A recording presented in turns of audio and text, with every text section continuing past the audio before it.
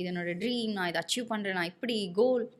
கையில் துட்டு அப்புறம் நோட்டு. அப்புறம் ஒய்ஃப் இருக்கும்போதே அந்த பையனுக்கு இன்னொரு பொண்ணு மேலே காதல் வர்றது கரெக்டுன்னு நீங்கள் சொல்கிறீங்களா? அவங்களுடைய பர்த்டே எப்போ? ஐயோ, அக்காவுக்கும் ஹேமாக்காவுக்கும் சேம் டே. வா, அந்த டே என்ன டே?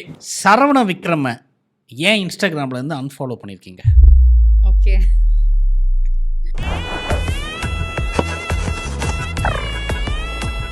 Welcome to it's my show and now with me. இவங்களை பற்றி சொல்லணும் அப்படின்னா, இவங்க உழைப்புக்கு போட முடியாத வேலி. இவங்க பிறந்தது இந்த திருநெல்வேலி. குடும்பத்துக்காக இவங்க அப்பா வச்சாரு கோழி கடை. அண்ணாமலை குடும்பத்துக்காக இவங்க குறைச்சாங்க எடை. பரியேறும் பெருமாள்ல இருந்து ஐயனார் துணையோட அப்போ கையில் மைக்கு, இப்போ வாழ்க்கையில் ஹைக்குண்டு வாழ்ந்துட்டு இருக்க இட்ஸ் தீபிகா. ஹாய். இந்த மாதிரி ஒரு இன்ட்ரோ எனக்கு யாருமே கொடுத்ததில்லை. இல்லை, நைஸ், நல்லா முடியாது. ஆமாம், okay, welcome to my show. Thank you. Actually வந்து நம்ம சில ஆங்கர்ஸ் எல்லாம் பார்ப்போம்ல, நிறைய யூடியூப் சேனல்ஸ் அப்படிலாம் போகிறப்போ நம்மக்கிட்ட முன்னாடி கேட்பாங்க, நீங்கள் என்னெல்லாம் சொல்லுங்கள் உங்களை பற்றி, என்ன கேட்கட்டும் அந்த மாதிரிலாம். எனக்கு வந்து ஆனால் அசாரோடதில் ஒரு நம்பிக்கை இருந்தது.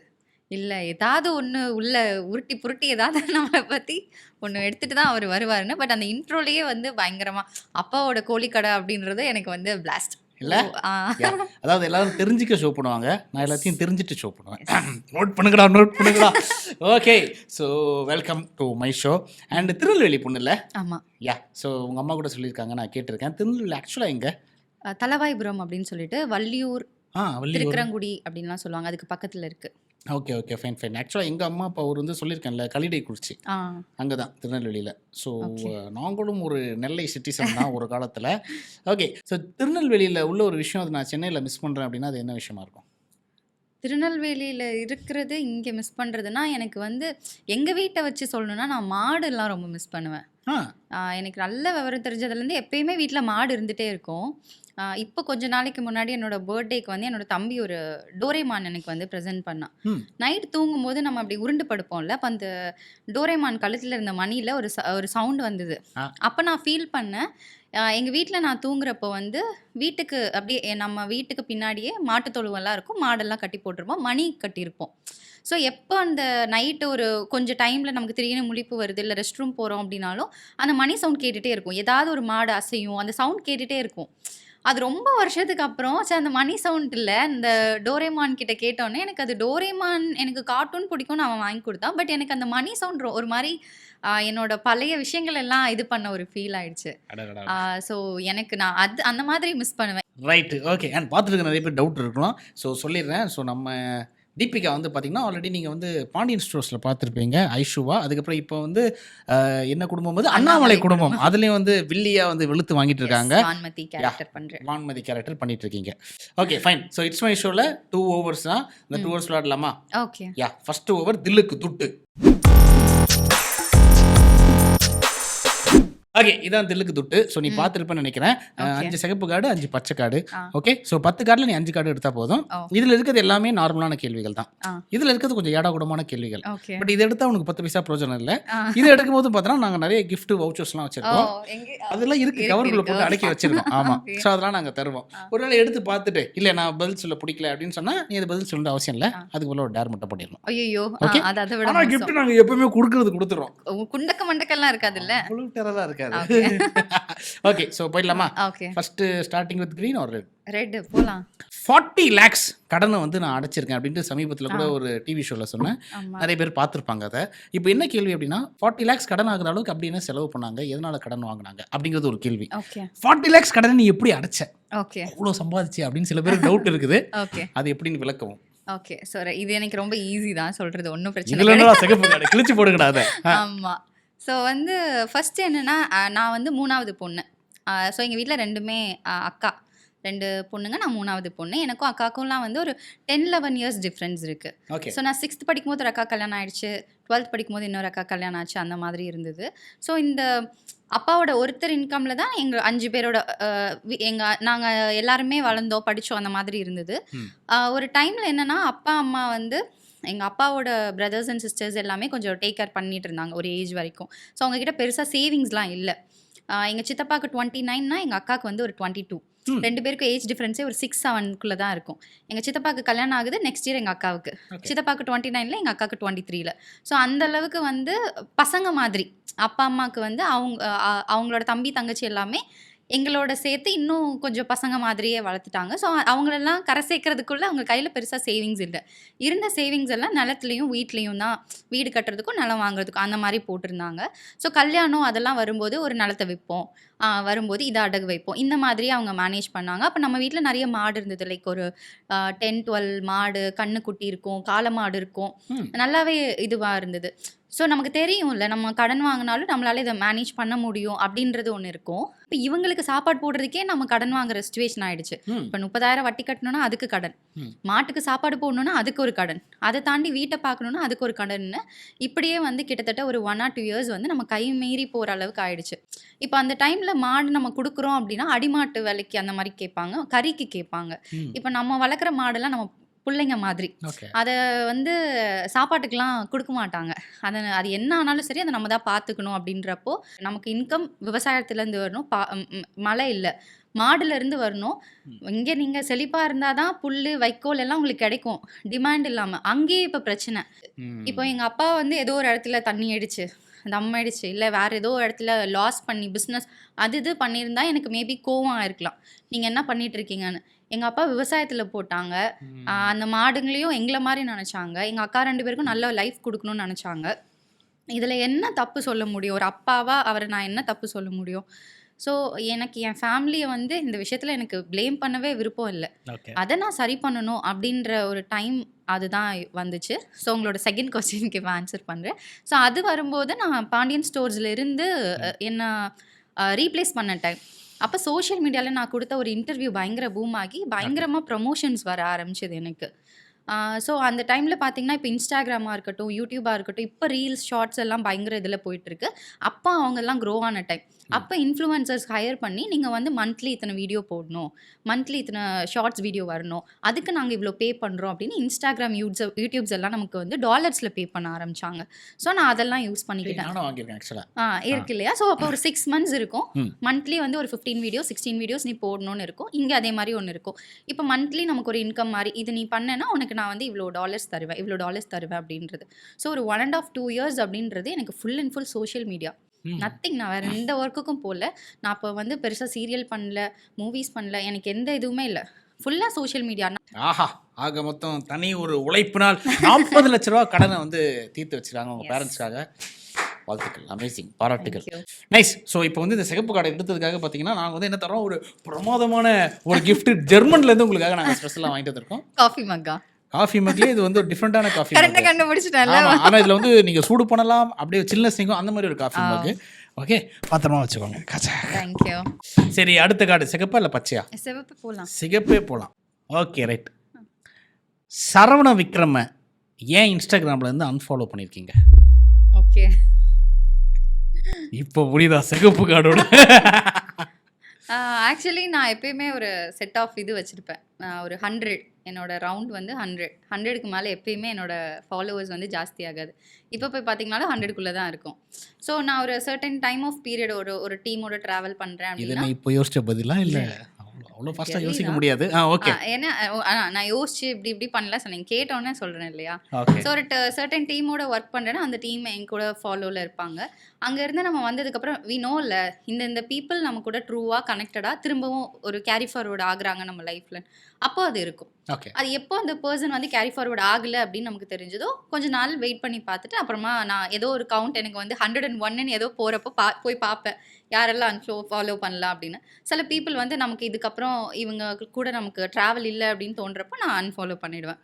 ஜஸ்ட் அவங்களோட அப்டேட்ஸ் என்ன அந்த மாதிரி எனக்கு அது ஒரு ஹேபிட் இல்லை. ஸோ அந்த மாதிரி எனக்கு கேரி ஃபார்வர்ட் யாரை பண்ணணும் அப்படின்னு இருக்கோ அவங்கள மட்டும் ஃபார்வர்ட் பண்ணுவேன், மற்றவங்கள வந்து கொஞ்ச நாளில் அன்ஃபாலோ பண்ணிடுவேன். அந்த மாதிரி இவங்களும் என்னோட லைஃப்ல அடுத்தடுத்து ஃபார்வர்ட் ஆகல, அன்ஃபாலோ பண்ணிட்டேன். வேற எந்த பிரச்சனை ப்ராப்ளம் அதெல்லாம் இல்லை? நத்திங். என்னடா இது, அதாவது வாங்குங்க பேரு நண்பர்கள் 100 அதான் உங்களுடைய கான்செப்ட். ஆமா. இப்போ தான் நான் வந்து 100ஆவதா ஒரு ஐடி இன்னைக்கு தான் வந்து நம்மளுடைய சிஎம்ஓ தமிழ்நாடு அப்படின்னு சொல்லிட்டு. நான் யூசுவலா நியூஸ் பார்க்குற ஆளே இல்ல. பட் இருந்தாலும் எனக்கு 99லயே நான் ரொம்ப நாளா ஃபாலோ பண்ணேன். பட் இந்த ஐடி பார்த்ததுக்கு அப்புறம் இதுக்கப்புறம் இது தேவைப்படும் அப்படின்னு தோணுச்சு. தளபதி விஜய் அவர்களுடைய. ஸோ அதனால இப்பதான் கரெக்டா உள்ள உட்கார்ந்துருக்கும் போது 100 அடிச்சுட்டு வந்தேன். நம்ம ஷோல வந்து அந்த 100 காமிச்சிருக்காங்க. ஓகே, நல்ல வேளை அந்த 100ல நம்ம இருக்கோம்.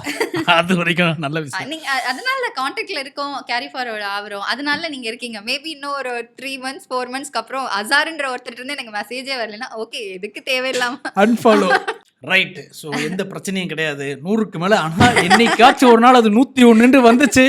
அப்போ நான் லைன்ல கேளுங்க. Okay fine. இருந்தாலும் வெளிப்படையான உண்மையை சொன்னதால் உங்களுக்கு வந்து பார்த்தீங்கன்னா மறுபடியும் ஒரு கிஃப்ட்டா? ஆமா, திஸ் இஸ் 10,000 மதிப்புள்ள கிஃப்ட் வவுச்சர். இந்தாங்க ஃப்ரம். ஆமா, இது வந்து எலிமெண்ட்ஸ் ஆஃப் ஈஸ்ட் கோஸ்ட். நீங்க பார்த்துருப்பீங்க, அருமையான இடம் for photo shoot and video shoot. அங்க நீங்க போய் ஃப்ரீயா ஷூட் பண்ணிக்கலாம் ஃபார் 8 hours. 2 சிகப்பு கார்டு எடுத்து முடிச்சாச்சு. அடுத்தபடியா கிரீன் ஆர் ரெட்? இதெல்லாம் ரெட்ல வருதுன்னா ஓகே, ரெட்டே எனக்கு ஃபைன் தான். கோடி ரூபா கொடுத்தாலும் இந்த ரோல் நான் பண்ண மாட்டேன் அப்படின்னு நீ நினைக்கிற ரோல் என்ன? காசே இல்லைனாலும் பரவாயில்ல, இதை நான் பண்ணுவேன் அப்படின்னா இந்த ரோல் பண்ணுவேன். எனக்கு வந்து இந்த கொஞ்சம் அஃபேர் கேரக்டர்ஸ் பண்ணுறதுல உடன்பாடு இல்லை. அதாவது பொண்டாட்டி தெரியாமல் வச்சிருக்க சைட்டு அந்த மாதிரி இருக்கும். ஒரு ஆள் இருக்கும் போதே இங்கே ஒரு லைனில் அந்த கொஞ்சம் உடன்பாடு இல்லை. இவ்வளோ பேர் வெளிப்படையாக இருக்கா, அதில் என்ன தப்பு? நான் வந்து அந்த கேரக்டர் தப்பு, அதில் நடிக்கிறவங்க தப்பு அப்படி சொல்லலை. பர்சனலாக நமக்கு ஒரு ஃபீல். எனக்கு அது கொஞ்சம் நான் கம்ஃபர்டபுளாக ஃபீல் பண்ண மாட்டேன். இந்த அஃபேர் சைட் சிக் அந்த மாதிரிலாம் அது வந்து கொஞ்சம் எனக்கு நமக்கு உள்ள ஒரு எத்திக்ஸ் ஒரு மாதிரி உறுத்துமா. ஸோ நம்ம பார்த்தது பழகின விஷயங்கள், ஸோ அந்த இடத்துல இருக்கிறது அவங்களோட மனநிலை ஆர் அந்த ஆப்போசிட்டில் இருக்கிறவங்களோட மனநிலை, அதெல்லாம் நம்ம நிறைய பார்த்து கேட்டு இந்த மாதிரி சில விஷயங்கள்லாம் லைஃப்ல அங்க இங்க அங்க. பட் அதுனே ஏன் நீங்க அப்படி பாக்குறீங்க? சைட் சிக்ஸ் அஃபேர்ஸ் கல்யாணத்துக்கு பின் வரும் காதல் அப்படினே நீங்க பார்க்க கூடாது. இல்ல, நான் வந்து இதுக்கெல்லாம் ஆப்போசிட்டான பர்சனே கிடையாது. லவ் வந்து இவங்க மேல தான் வரணும், இவங்க மேல இத்தனை டைம் வரைக்கும் இருக்கணும் அப்படிலாம் இல்லை. யாருக்கு யார் மேலே வேணால் வரும், எந்த வயசில் வேணால் வரும், எப்போ வேணால் வரும், கல்யாணம் முடிஞ்சதுக்கப்புறம் வரும், கல்யாணத்துக்கு முன்னாடி வரும். இல்லை இன்றைக்கி நான் வந்து இந்த பொண்ணை லவ் பண்ணி இத்தனை வரைக்கும் கல்யாணம் வரைக்கும் வந்துட்டேன். கல்யாணத்து அன்றைக்கி காலையில் எனக்கு இந்த பொண்ணு மேலே லவ் இல்லை, வேறு ஒருத்தவங்க வந்துருச்சு, அது எதுவும் பண்ண முடியாது. அது வந்து நம்ம எல்லார் மேலே இப்போ கோவம் ஏன் வந்தது, என் மேலே மட்டும் தானே வரணும், இவன் மேலே எப்படி வந்துச்சுன்னு கேட்க முடியுமா? அது மாதிரி ஒரு ஃபீல் அது வருது போகுது, அது அவங்களோட பாடு. அதெல்லாம் நம்ம இப்போ வந்து அதுக்கெல்லாம் நான் ஆப்போசிட் கிடையாது. ரியல் லைஃப்லலாம் யாரெல்லாம் வேணா லவ் பண்ணிக்கோங்க. மேபி ரோல் வந்தால் நான் பண்ண மாட்டேன், அது எனக்கு கம்ஃபர்டபுள் இல்லை. அடுத்த கேள்வி. எதுவுமே இல்லைனாலும் பண்ணுவேன் அப்படின்னா இப்போ அந்த மனநிலையிலே இல்லை, அதெல்லாம் தாண்டியாச்சு. கொடுத்தாதான் பண்ணுவேன். ஒன்று நல்ல ஃபேம் கிடைக்கும் பண்ணுங்கன்னா ஓகே, இல்லை நல்ல பேமெண்ட் இருக்கும்னா பண்ணுங்க ஓகே. அதான் நான் அந்த இதே தாண்டிட்டேன்னு நினைக்கிறேன். இப்போ எனக்கு அப்படிலாம் மைண்டில் இந்த மாதிரி ஒரு கேரக்டருக்காக தான் நான் வெயிட் பண்ணுறேன், கிடைச்சா நான் அப்படிலாம் இல்லை. நான் உனக்கு உழைப்ப போடுறேன், நீ இப்போ பண்ணுறது தான் நான் பண்ணுறேன், எனக்கான ஊதியத்தை கூட நான் வாங்குறேன், வேலை செய்கிற போகிறேன், இதனோட வேலை அவ்வளோதான். இதனோட ட்ரீம், நான் இதை அச்சீவ் பண்ணுறேன், நான் இப்படி கோல் கையில் துட்டு அப்புறம் நொட்டு அப்படிங்கிற பாலிசியில் அவங்க இருக்காங்க. ஓகே. ஸோ இந்த ரெட் கார்டுக்கும் வந்து பார்த்தீங்கன்னா உங்களுக்கு ஒரு அற்புதமான ஒரு என்னது இது கிஃப்டே இல்லை, எல்லாமே வவுச்சர். எல்லாமே வவுச்சர் தான், நீங்கள் போய் யூஸ் பண்ணிக்கலாம் அந்த வவுச்சரை. அந்த கடையில் போய் நீங்கள் 1000 rupeesக்கு தாராளமாக சாப்பிட்டுக்கலாம். சாப்பிடலாம், பிரயோஜனத்துக்கான ஒரு கூப்பன். மீதியுமே பிரயோஜனமாக தான் கொடுத்தேன். This R that. ஓகே, சட்டுன்னு போகிறோம். சென்னை ஒரு திருநெல்வேலி? ஐயோ சென்னை. ஓகே. அண்ணாமலை குடும்பம் ஆர் பாண்டியன் ஸ்டோர்ஸ்? அண்ணாமலை குடும்பம். Dhanush or Kamal? Dhanush. Love or self respect? Self respect. Positive second lead or negative first lead? Positive second lead or negative first lead. Okay. Nayanthara Trisha? Nayan. Nayan எனக்கு ரொம்ப பிடிக்கும், அதனால அவங்கள இதுவாகவே நான் ஒரு பர்சனாகவே ரொம்ப அட்மையர் பண்ணுவேன். நீங்கள் வந்து என்னன்னு பார்த்தீங்கன்னா இந்த 8 ரூல்ஸ் ஆஃப் லவ் அப்படின்னு புக்கெல்லாம் வாங்கி காயிலாங்கடையில் போகிற அளவுக்கு படிச்சுட்டே இருக்கீங்களாமே. அதில் வந்து எனக்கு பிடிச்ச ஒரு தலைப்பு லவ் அண்ட் லவ் அகெயின் அப்படின்றது. ஐ திங்க் அதை பற்றி இப்போ பேசணும்னு நம்ம நினைக்கிறேன். எனக்கு என்னென்னா, இப்போது ஒரு பையன் கல்யாணம் பண்ணிட்டான், கொஞ்ச நாளுக்கு அப்புறம் ஒய்ஃப் இருக்கும்போதே அந்த பையனுக்கு இன்னொரு பொண்ணு மேலே காதல் வர்றது கரெக்டுன்னு நீங்கள் சொல்கிறீங்களா? காதல் வர்றது தப்பே இல்லைங்க, எனி டைம் வரலாம், வரும். இப்போது எனக்கு நானே வந்து நான் மீட் பண்ணுற பர்சன், இப்போ நானும் மேரேஜ் அந்த ப்ராசஸ்லலாம் இருக்கேன்னா, நான் அப்படி ஒரு பர்சன் மீட் பண்ணுறேன்னா நான் அவங்கக்கிட்ட இனிஷியலாகவே இந்த டாபிக் பேசணுன்னு தான் நான் நினப்பேன். ஏன்னா இப்போ நான் வந்து கல்யாணம் ஆகிடுச்சு, அதனால நீ எந்த பொண்ணையுமே பார்க்கக்கூடாது, பேசக்கூடாது, நீ ரெஸ்ட்ரிக்டாக இருக்கணும்லாம் இல்லை. ஓகே. நம்ம ஒரு ட்ராவல் பண்ணுறோம், திடீர்னு இன்னும் ஒரு 5 வருஷத்துலேயோ இல்லை 10 வருஷத்துலையோ இல்லை உனக்கு 50 வயசு ஆகும்போது யாரோ ஒருத்தர் மேலே ஃபீலே வருதுன்னா ஜஸ்ட் ஃபர்ஸ்ட் என்கிட்ட வந்து சொல்லு. இந்த மாதிரி நான் வந்து ஒர்க் பண்ணுற ஸ்பேஸ்லேயோ இங்கேயோ இதுலேயோ இன்றைக்கி ஃபர்ஸ்ட் டே நான் ஒருத்தங்களை பார்த்தேன், ஒரு மாதிரி அவங்க என்கிட்ட இந்த மாதிரி பேசுகிறாங்க, எனக்கு அவங்க மேலே ஏதோ ஒன்று தெரியல, டிஃப்ரெண்ட் ஒரு ஃபீல் இருக்குன்னு ஃபர்ஸ்ட் டேவே சொல்கிறதுக்கான ஸ்பேஸ் நான் க்ரியேட் பண்ணியிருப்பேன் நம்ம ரிலேஷன்ஷிப்பில். நீ என்கிட்ட வந்து சொல்லு, நம்ம 2 பேருமே சேர்ந்து அதை ஸ்டார்டிங்லேயே ரொம்ப கேஷுவலாக ஹேண்டில் இப்போ பண்ணி. நீங்கள் ஒருத்தர் கல்யாணம் பண்ணிடுறீங்க, அந்த புருஷன் வந்து ஒரு 2 வருஷம் கழிச்சு எனக்கு இன்னொரு பொண்ணு மேலே லவ் வந்துருக்குன்னு உங்கள்கிட்ட வந்து சொல்கிறாரு. அந்த லவ் போகிறதுக்கு முன்னாடியே சொல்கிறேன். இப்போது அவங்களுக்குள்ள லவ் ஆகி ஒரு 2 மந்த்ஸ் 3 மந்த்ஸ் அவங்களுக்குள்ள ஜாலியாக இருந்துட்டு நம்மக்கிட்ட வந்து சொல்கிறதுக்கு பேர் விஷயம் கிடையாது. எங்கேயோ நம்ம பார்க்குறோம், இன்னைக்கு நான் சொன்ன மாதிரி நீங்கள் சைட் அடிக்கலையா, ஃபீல் ஆகலையா அப்படின்னு ஒரு கேட்குறீங்கல்ல, எனக்கு நான் எங்கேயோ பார்க்குறேன் ஒர்க் பண்ணுற ஸ்பேஸில் ஒருத்தர் மேலே எனக்கு கம்ப்ளீட்டாக ஒரு புது ஃபீல் இருக்குது. நான் வந்து ரொம்ப நாளைக்கு முன்னாடி அந்த லவ் அந்த ஸ்பார்க் எல்லாம் செத்து போச்சுன்னு நினச்சது திடீர்னு யார் மேலேயும் எனக்கு வருது. நான் அதை வந்து வாவ் சூப்பரில் நம்ம இவ்வளோ நாள் மிஸ் பண்ணோம்ல, இங்கே ஒருத்தர்கிட்ட கிடைக்குதுன்னு அங்கே போய் நான் அதை எக்ஸ்ப்ரெஸ் பண்ணாமல் நான் திரும்ப என்னோடய வீட்டுக்கே வந்து நான் இந்த மாதிரி ஒரு பர்சன் மீட் பண்ணேன்ப்பா, எனக்கு தெரியல என்னன்னு தெரியல, ஒரு சின்ன ஸ்பார்க் ஒரு மாதிரி ஃப்ரெஷ்ஷாக க்ரியேட் ஆச்சு. எனக்கு என்ன சொல்ல தெரியல, மேபி நம்ம இன்னும் கொஞ்சம் நிறைய ஸ்பெண்ட் பண்ணுமா, இல்லை நம்ம பேசலாமே அப்படின்னு ஒரு பேசுகிறோன்னு வைங்களேன். அப்போ நம்ம பேசலாம்.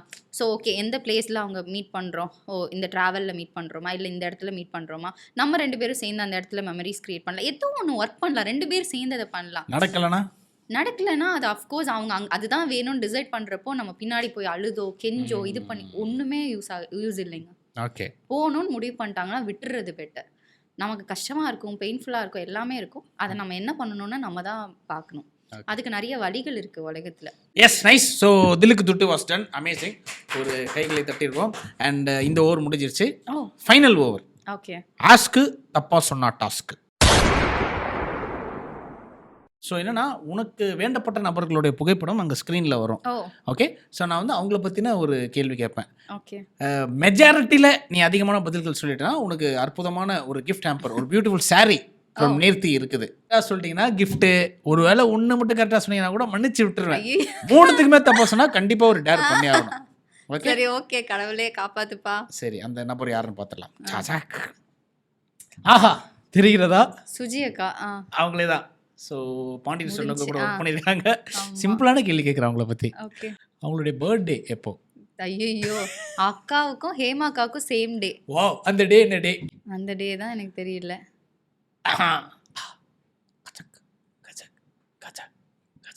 ஜூன்ல வருமா? ஏதோ சொல்லுங்க, ஆன்சர் கரெக்டாக இல்லைன்னு பார்ப்போம். ஜூன் 24, 20 லாக் பண்ணிக்கலாம். ஜூன் 24, 20 ரெண்டுமே தப்பு. ஐயோ, கரெக்டான ஆன்சர் ஜூலை 12.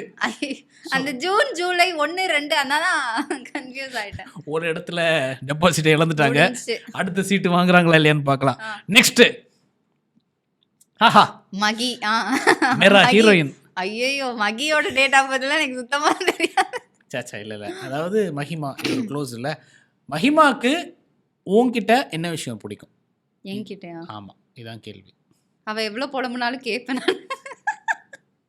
அப்படி வச்சுக்கலாம் அந்த ஆன்சர். சரி, ஓகே, புலம்புறதெல்லாம் கேட்குற ஒரு ஆள். ஓகே, சரி, இன்னொரு கேள்வி கேட்டுறேன். சப்போஸ் ரெண்டில் ஏதாச்சும் ஒன்று பதில் சொன்னால் கூட நான் மன்னிச்சு விட்டுறேன். மகிமாவோட நேட்டிவ் எந்த ஊர்? தர்மபுரியா? தர்மபுரி. டீலர். அது கேப்டன் படம். நல்லது. ஓகே, தெரியல. அப்போ மகிமாவுடைய நேட்டிவ் வந்து பார்த்தீங்கன்னா விழுப்புரம். அச்சச்சோ. ஸோ இதுக்கும் வந்து பார்த்தீங்கன்னா டெபாசிட் அவுட்டு. அதே மாதிரி மகிமாவுக்கு வந்து உங்ககிட்ட என்ன விஷயம் பிடிக்குன்னா, நீங்கள் சொன்ன விஷயம் இல்லை, அவங்களுக்கு வேற ஒரு விஷயம் பிடிக்குமா? என்னோட லுக் என்ன இதுவா? எத்தனை ஆப்ஷன் கொடுத்தாலும் தப்பு தான் போல. அவங்களே சொல்லியிருக்காங்க, ப்ளே பண்ணுங்க. அச்சச்சோ, செத்துச்சு. ஏதிபி, நான் இது வரைக்கும் உங்ககிட்ட இதெல்லாம் ஷேர் பண்ணது கிடையாது. But I just want to share this now. எனக்கு உங்ககிட்ட ரொம்ப பிடிச்ச விஷயம் என்னன்னா, நீ ரொம்ப ஸ்ட்ராங் அண்ட் இண்டிபெண்டான உமன். அது நம்மள மாதிரி இருக்க எல்லா உமனுமே இன்ஸ்பயர் பண்ணும்.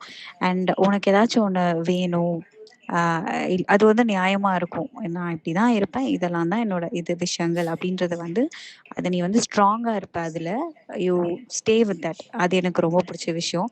அண்ட் மனசுக்குள்ள ஒன்று வச்சுக்கிட்டு வெளியே ஒன்று பேசின மாதிரி இப்போ வரைக்குமே நான் எதுவுமே நோட்டீஸ் பண்ணது கிடையாது. என்ன ஒரு விஷயமா இருந்தாலும் you just come and say, இதுதான் நான் நினைச்சேன், இதுதான் நான் யோசிச்சேன், திஸ் இஸ் வாட் ஹேப்பன் அப்படின்றது வந்து நீ ரொம்ப ஸ்ட்ரைட் ஃபார்வர்டாக எல்லாருக்கிட்டையுமே இருப்ப. அது எனக்கு உங்ககிட்ட ரொம்ப ரொம்ப பிடிச்ச விஷயம். Straight forward. நான் அவளுக்கு என்கிட்ட நம்ம ஒரு பெனிஃபிட் ஆகும்ல, அதை அவ சொல்லுவான்னு பார்த்தா அவ என்ன பத்தி புகழ்ந்து தள்ளிட்டு இருக்கா. அதை நான் யோசிச்சு கூட பார்க்கல. தேங்க்யூ மகி. ஸோ வந்து 2 சீட்டுமே காலி. இப்போ கடைசியாக ஒரே ஒரு சீட் இருக்குது. முடிஞ்சு கதை. அந்த தொகுதியிலேயாச்சும் நீங்கள் வெற்றி பெற்றீங்கன்னா டேரு கொடுக்காம நான் வந்து போனா போதுன்னு விட்டுருவேன். இதுக்கும் தப்பா சொன்னீங்கன்னா டெஃபினட்டாக dare. Okay, very easiest question. Oh லாவண்யாவா? லாவண்யா பாண்டியன் ஸ்டோர்ஸில் உங்க கூட ரொம்ப அழகானவங்க, அருமையானவங்க, எனக்கு ரொம்ப பிடிச்சவங்க.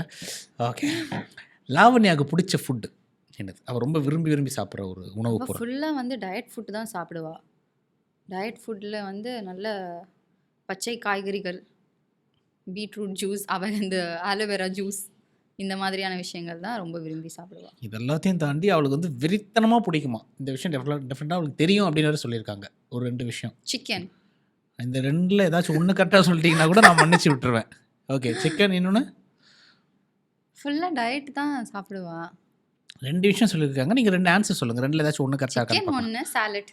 ஓகே, சிக்கன் ஒன்று, சாலட் ஒன்று, 2மே சப்வே. 3மே தப்பு. ஐயோ, கரெக்டான ஆன்சர்னா உப்புமா. உப்புமா ரொம்ப பிடிக்குமா? இது அவளுக்கு டெஃபினட்டாக தெரியும். கேளுங்க. நான் ரொம்ப ஞாபகம் மருதி. எத்தனை ப்ராப்ளம் இருக்கு ஒரு மனுஷனுக்குள்ள, 1 கோடி வியாதியா? எனக்கு வந்து நான் ரொம்ப ஞாபகம் வச்சிருப்பேன். பயங்கரமா பேச்சு போட்டியிலலாம் வந்து ப்ரிப்பேர் பண்ணனா இப்படி பேசுவேன். ஸ்கூல் காலேஜ்லலாம் பயங்கரமா இருந்தேன். அடுத்த நாளே மறந்துடுவேன். அப்புறம் வந்து அப்பெல்லாம் பயங்கர இதுதான். அப்புறம் வந்து ஒரு சர்டன் பாயிண்ட்ல இந்த லைஃப்ல நிறைய அடிகள் பட்டு தானா நம்ம மைண்டு வந்து மறக்கடிச்சிருமா. இதெல்லாம் ஞாபகம் வச்சிருக்கிறதுனால தானே நீ சஃபர் ஆகிற, இந்தா மறந்து தொலை அப்படின்னு சொல்லிட்டு. அந்த மாதிரி எனக்கு மறந்துடுச்சு. எனக்கு இப்போ லாவண்யா போட்டு பார்க்கும்போது லாவண்யாவுக்கும் எனக்குமான பாண்ட் என்னன்னே எனக்கு ஞாபகம் இல்லை. எனக்கு கம்ப்ளீட்டாக அப்படி தான் இருக்கும். இப்போ நீங்கள் கேட்குறீங்களே ஏன் இவங்களெல்லாம் அன்ஃபாலோ பண்ணி, எனக்கு மறந்துடும். அந்த பர்சன் என் லைஃப்பில் நிஜமாவே இம்பார்ட்டண்ட்டானே எனக்கு தெரியாது. ஓகே, எனக்கு வந்து ஒரு கோராக எப்படி இருக்கும்னா, இப்போ அசார் அப்படின்னா அசாரோட நான் ஒரு ஆட் பண்ணியிருக்கேன். அதுக்காக அவங்க வந்து என் வீட்டுக்கு வந்தாங்க. அசார் வந்து ரொம்ப ஒரு டெடிக்கேட்டடான லைக் ஒரு விஷயம் நம்ம ஒரு விஷயம் கேட்குறாங்கன்னா நம்ம இப்போ இல்லை இது அப்படின்னு சொன்னோன்னா அதை அக்செப்ட் பண்ணக்கூடிய ஒரு பர்சன். அண்ட் அவங்களுக்கு ஒரு விஷயம் வந்து ஒரு ஒர்க்காக இது வரும்போது என்ன டேட்டுனாலும் எவ்வளோ நான் ஆக்சுவலி உண்மையாக சொல்லணுன்னா நீங்கள் வந்து ரொம்ப சீனியர், ஆங்கராலாம் பயங்கர சீனியர். நீங்கள்லாம் எப்படி சொல்கிறது, இந்த மாதிரிலாம் நம்ம ஆகணும்னு நினைக்கிற இடத்துலேருந்து தான் நம்மளாம் வரோம் ஒரு இடத்துலேருந்து. அப்போது நாங்கள்லாம் ரொம்ப குட்டி. என்னோட பார்வைக்கு நான் அப்படி தான் நினைப்பேன். இது என்னோட சீனியர்னால் எனக்கு அந்த ஒரு மரியாதை இருக்குது. ஆனால் கூட இந்த டேட்டா இது ஓகேவா இது ஓகேவான்னு அவ்வளோ கம்ஃபர்டபுளாக நம்மக்கிட்ட கேட்குறதோ இது பண்ணுறதோ ஒரு ஃபாலோ அப்போ இருக்குல்ல, அதெல்லாம் வந்து பியோர் ப்ரொஃபஷ்னலான ஒரு விஷயம். ஸோ இந்த மாதிரி ஒரு பர்சன் அப்படின்னு எனக்கு கோராக இருக்குமே தவிர, அசார் பண்ண ஷோஸ் சொல்லுங்கள், அசார் பற்றி வேறு ஏதாவது நீங்கள் 2 பேரும் பேசுகிறப்போ நிறைய பேர்கிட்ட எனக்கு என்ன ஆகுனா, வாங்க போங்கன்னு ஒரு தடவை பேசியிருப்பேன், நெக்ஸ்ட் டைம் வா போன்னு பேசுவேன். எனக்கு தெரியாது இவங்களை நான் லாஸ்ட் டைம் என்ன மீட்டரில் பேசினேன்னு. சில டைம் வந்து ப்ரோ அப்படின்னு, நீ என்ன ப்ரோனே கூப்பிட மாட்டியே அப்படின்னுவாங்க. இவங்களை நான் என்ன சொல்லி அட்ரஸ் பண்ணனே எனக்கு தெரியாது. அந்த பர்சன் எனக்கு அப்படியே ஒரு க்ளவுடாக தெரியும். ஓகே, இந்த மாதிரி ஒரு ரிலேஷன்ஷிப் எனக்கு இவங்களோட இருந்திருக்கு, இவங்ககிட்ட நான் நல்லா பேசுவேன், இந்த அளவுக்கு மட்டும் தான் எனக்கு மீட்டர் தெரியும். இப்போ எனக்கு லாவண்யானா அவளோட ஸ்டோரிஸ் நான் நிறைய பார்த்துருக்கேன். ஆலோவேரா ஜூஸ் நிறைய போட்டிருப்பா. எனக்கு அதனால ஞாபகம் இருக்குது, இந்த பொண்ணு டயட் தான் சாப்பிடும், இந்த மாதிரி இருக்கும். மற்றபடி எனக்கு அவள் உப்புமா சாப்பிட்டாளா செட்டில்னு எனக்கு ஒரு மெமரி கூட என் மண்டையில் இல்லவே இல்லை. போக்கிரி படத்தில் அசின் மாதிரி உப்புமானா ரொம்ப பிடிக்குமா. அண்ட் உப்புமா கூட வந்து ஃப்ரைடு ஃபிஷ் அப்படின்னா அப்படியே நாக்கெல்லாம் ஊறிடும். சொல்லிருக்கலாம்ல லாவண்யா. ஆனா அவன் சொன்னது ஃப்ரைடு ஃபிஷ் தான். என்ன புகழ்ந்த காரணத்தினால உங்களுக்கு அந்த டேர் இல்லை. பட் இருந்தாலும் நீங்கள் தெரிஞ்சுக்க வேண்டிய விஷயம், உங்கள் நண்பர்களை பற்றி கொஞ்சமாச்சு தெரிஞ்சுக்காங்க. பாவம் அவங்க ரொம்ப ஃபீல் பண்ணுவாங்க. Okay fine. ஸோ ஏற்கனவே சொன்ன மாதிரி 3 கரெக்டாக சொன்னால் தான் நேர்த்தி சாரி, அதனால் நாங்கள் சாரிலாம் கொடுக்க மாட்டோம். பட் இருந்தாலும் இந்த கேம் வந்து சிறப்பாக விளையாடுறதுனால மறுபடியும் ஒரு வவுச்சர் நாங்கள் கொடுக்குறோம். ஆமாம், நேர்த்தியில் போய் நீங்கள் 500 rupeesக்கு ஏதாச்சும் நீங்கள் போய் ஷாப் பண்ணிக்கலாம். நேர்த்தி சாரி ஷாப்பா? ஆமாம், இட்ஸ் சாரி ஷாப். நிறைய பியூட்டிஃபுல்லான டிசைன்ஸ்லாம் வந்து அவங்களே ஓனாக பண்ணிருக்காங்க. அண்ட் நிறைய போய் வாங்கிக்கிறேன், எனக்கு இப்போ சீரியலுக்கு தேவைதான். கிரியேட்டிவான பொருட்களும் அவங்க வந்து விற்கிறாங்க. ஓகே தீபிகா, ஸோ பிஸி ஷெடியூல்லையும் thank you so much for it's my show. நிறைய விஷயங்கள் ஷேர் பண்ணீங்க. வீட்டில் அம்மாவை கேட்டதா சொல்லுங்கள். கண்டிப்பாக. நன்றி. நன்றி. பேக்கப்.